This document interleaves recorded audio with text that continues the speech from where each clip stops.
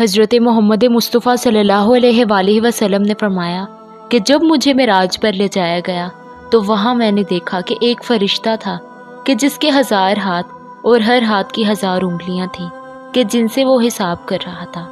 میں نے جبرائیل سے پوچھا کہ یہ کون فرشتہ ہے اور یہ کس چیز کا حساب کر رہا ہے؟ بس حضرت جبرائیل علیہ السلام نے کہا کہ یہ وہ فرشتہ ہے کہ جو آسمان کے قطرے گننے پر مامور ہے اور آسمان سے گرنے والے قطروں کو گن رہا ہے۔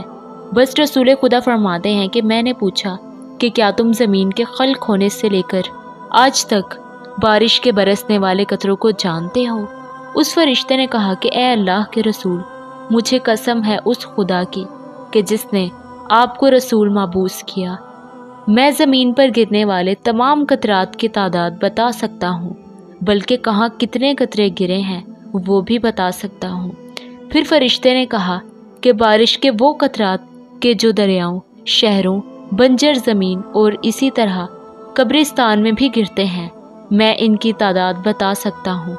رسول خدا صلی اللہ علیہ وآلہ وسلم نے کہا کہ مجھے اس فرشتے کے حافظے پر بڑا تعجب ہوا۔ پھر فرشتے نے کہا کہ اے اللہ کے رسول، اتنی قدرت اور دست و پا کے باوجود میں ایک کام کے ثواب کا حساب نہیں کر سکتا ہوں۔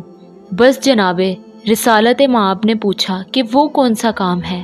اس فرشتے نے کہا کہ جب آپ کی امت جمع ہوتی ہے اور آپ پر درود بھیجتی ہے، میں اس وقت وہ ثواب نہیں گن سکتا۔